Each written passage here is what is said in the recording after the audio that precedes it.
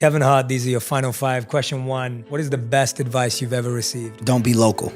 Be global. Chris Rock. Yeah. Do not be a local comedian. Love that. Make the world laugh. Second question, what is the worst advice you've ever received or heard? Worst advice I've ever received or heard is sometimes you got to make a studio respect you. You said don't give long answers after, so I'll summarize it. I want to know, yeah. It was based now off I want to of, know. Now you got me it was there. based off of, after you get to a place in acting where you become number 1 on the call sheet, if a studio isn't doing things to your liking, well, sometimes you got to not show up. And the reason why I say that's the worst advice that I've ever received, I'm a straightforward businessman and I always have been.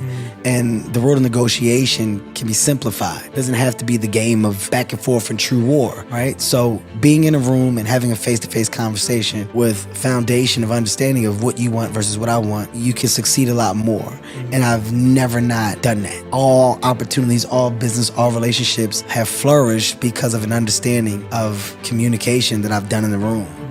Whether it be my team, studio me, my team, that to me has allowed me to achieve much more success than allowing other people to talk for me and other things to be elongated and go on, and you end up with a perception that's not of you. Yeah. That's created based off of the idea of what people think you are because of the way that you've handled business. And what's great about that is it breaks the pattern so that other talent don't get that same advice. Absolutely. So that then it keeps perpetuating the pattern. Now 25 years from now, your kid's having to deal with it because that was the pattern that you continued and set. So yeah, I love that. Question number 3, how would you define your current purpose? My current purpose is about embracing the world of we and making the we bigger than the idea of me.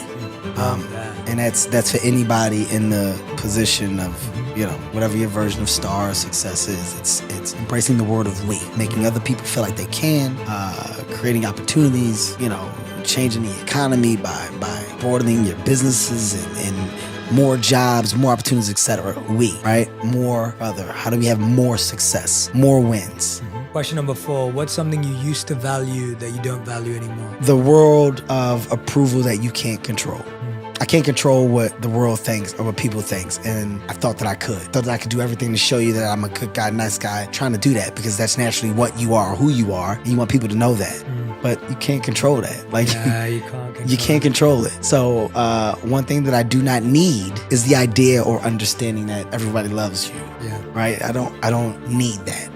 And once upon a time, I thought that I did. There was a fear. People don't like me. Why? What'd I do? I didn't do it. And that's not the case anymore. That's incredible. All right, 5th and final question. We ask this to every guest. If you could create one law that everyone in the world had to follow, what would it be? Practice what you preach. That's a great law. Very simple. Yeah. Practice.